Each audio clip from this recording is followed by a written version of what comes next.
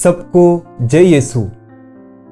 आज 7 अक्टूबर है और कैथोलिक कलीसिया एक बहुत बड़ा त्योहार आज मनाती है। या यूं कहें कि जो कोई विश्वासी मां मरियम की मध्यस्थता उसकी अति पवित्र माला विनती के जाप द्वारा मांगता है, उन सभी विश्वासियों के लिए आज एक बहुत ही बड़ा दिन और एक त्योहार है। जब कभी हम पवित्र रोजरी माला विनती के 5 वेद समाप्त करते हैं तो उसके बाद हम धन्य कुंवारी मरियम की स्तुति विनती बोलते हैं। इस स्तुति विनती में मां मरियम को जो एक टाइटल दिया गया है वह यह है, अति पवित्र माला की महारानी हमारे लिए प्रार्थना करिए। जी हाँ, आज 7 अक्टूबर को माता कलीसिया धन्य कुंवारी मरियम अति पवित्र माला की महारानी का पर्व मनाती है। लेकिन आज 7 अक्टूबर के दिन ही कलीसिया क्यों इसे मनाती है, इसके पीछे क्या रहस्य है या इससे जुड़ी हुई कौन सी कहानी है, उसे हम आज जानेंगे। 7 अक्टूबर को ही अति पवित्र माला की महारानी का पर्व मनाने के पीछे एक बहुत बड़ी ऐतिहासिक घटना है। न केवल ऐतिहासिक बल्कि ये हमारे विश्वास के लिए भी, हमारे विश्वास की बढ़ोतरी के लिए भी एक बहुत बड़ी घटना है, जिससे परिचित होना हर एक विश्वासी के लिए अति आवश्यक है। यह ऐतिहासिक घटना है 16वीं शताब्दी की। 16वीं शताब्दी में तुर्क साम्राज्य यानी इस्लाम धर्म ने दुनिया के अधिकतर हिस्सों पर अपना अधिकार कर लिया था।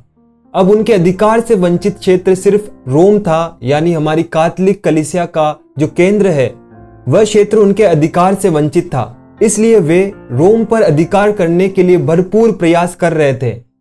और उस समय कैथोलिक कलीसिया में जो प्रोटेस्टेंट विभाजन हुआ था उसकी वजह से पहले से ही कलीसिया में हलचल चल रही थी।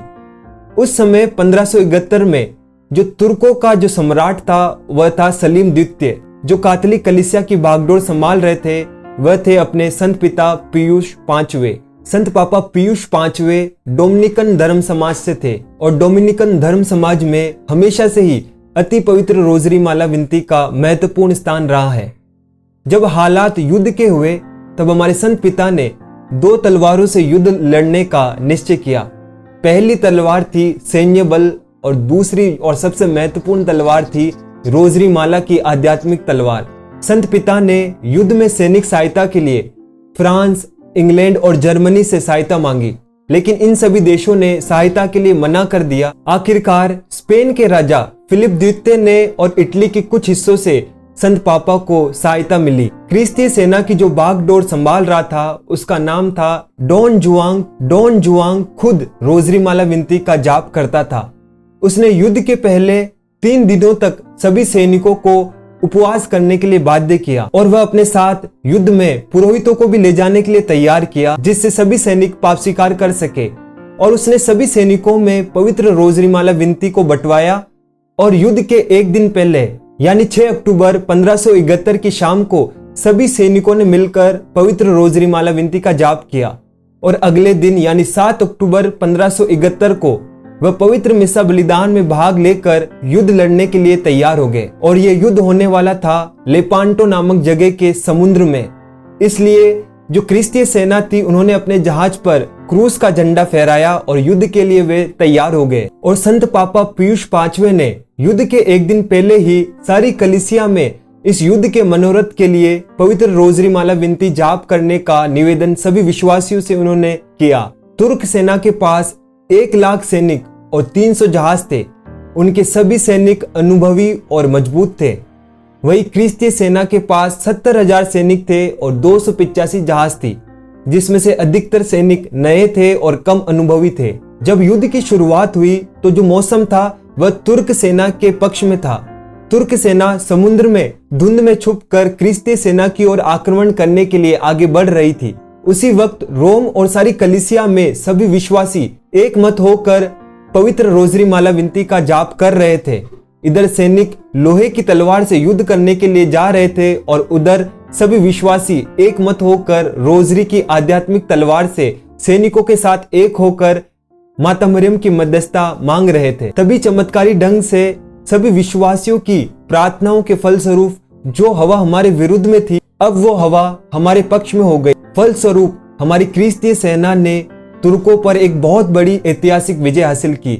इस युद्ध में तुर्की सेना को बहुत भारी नुकसान उठाना पड़ा। साथ ही इस युद्ध में तुर्कों के पास 15,000 क्रिस्तीय सैनिक जो बंदी थे उनको रिहा करवा लिया गया। जिस एग्जैक्ट समय पर क्रिस्तीय सेना को विजय प्राप्त हुई थी, उसी एग्जैक्ट समय पर संत पापा को रोम में, जहां वे किसी एक मीटिंग में थे, एक दिव्य दर्शन प्राप्त हुआ। संत पापा खिड़की की ओर ध्यान लगाकर एकटक होकर देखने लग गए थे और उन्होंने देखा कि उनकी सेना जीत गई है और वह बड़े ही आनंद से भरकर मीटिंग में उपस्थित सभी लोगों के सामने चिल्ला उठे, विक्ट्री विक्ट्री विक्ट्री, हमारी जीत हुई है, हमारी जीत हुई है। संत पापा को सेना की तरफ से यह जीत की खबर लगभग 2 सप्ताह बाद पता चली थी, लेकिन संत पापा ने उसी समय अपने दिव्य दर्शन में देख लिया था कि हमारी विजय हुई है। जिसने भी इस युद्ध के बारे में सुना उसे बहुत ही आश्चर्य हुआ और उन सबों ने इस युद्ध में क्रिस्तीय सेना की जीत का श्रेय पूरा का पूरा माता मरियम को दिया, जो कि उनकी अति पवित्र माला विनती के जाप से ही संभव हुआ था। इसी के उपलक्ष्य में संत पापा पियूष पांचवें ने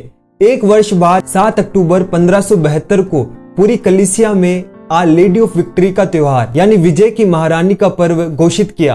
साथ ही अक्टूबर महीने के पहले रविवार को रोजरी माला के रविवार के रूप में घोषित किया। फिर 1573 में पोप ग्रेगरी 13वें द्वारा विजय की महारानी का पर्व 7 अक्टूबर से हटाकर अक्टूबर महीने के पहले रविवार को कर दिया गया और इस त्योहार का नाम बदलकर रख दिया गया अति पवित्र माला की महारानी का पर्व यानी Our Lady of the Holy Rosary का पर्व।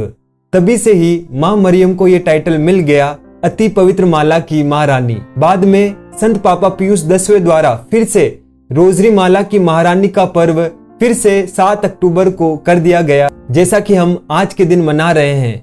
तो हमने देखा कि आखिरकार क्यों 7 अक्टूबर को ही रोजरी माला की महारानी का पर्व मनाया जाता है। इसके पीछे एक बहुत ही बड़ी ऐतिहासिक घटना है। यह घटना न केवल ऐतिहासिक रूप से महान है, बल्कि ये हमारे लिए जो माता मरियम के प्रति आस्था रखते हैं, रोजरी माला की शक्ति को भी हमें बताती है। तो आइए आज जब हम अति पवित्र माला की महारानी का पर्व मना रहे हैं, तो हम ये दृढ़ निश्चय करें कि हम प्रतिदिन हमारे परिवारों में शाम के समय एकत्र होकर एक साथ मां मरियम की अति पवित्र माला विनती का जाप करेंगे और इस रोजरी माला की मध्यस्थता द्वारा ही हम शैतान और हमारी बड़ी से बड़ी समस्या का भी समाधान इसके द्वारा पाएंगे। धन्यवाद।